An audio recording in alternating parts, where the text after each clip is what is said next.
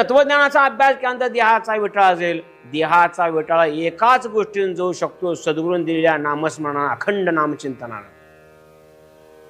सद्गुरूंनी दिलेल्या नामस्मरणाच्या योगानं अखंड नामचिंतन केल्यानंतर आपण आपल्या मनाला प्रश्न विचारायचं, रोज मी 1 तास तर देवाचं नाव घेत बसतो का? राम राम म्हणत 1 तास.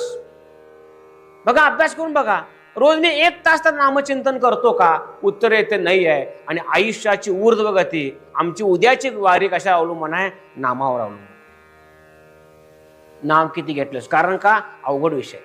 चिंतन करून बघा, आम्ही नाव किती घेतो. आम्ही जर आतापर्यंत जर नाव घेतलं असतं देवाचं प्रामाणिकपणे, निवांत वैकुंठाला गेला असतो. तुकोबारा म्हणतात, लय परमार्थ घासायला लागत नाही, थोडे आहे थोडे आहे चित्त सहाय्य झाल्यावर. अरे थोडंच आहे, पण थोडं आहे पण चित्त सहाय्य होईना. चित्त मलिन आहे, मलविक्षेप आवरणायुक्त चित्त आहे. ते चित्त इकडे येईना.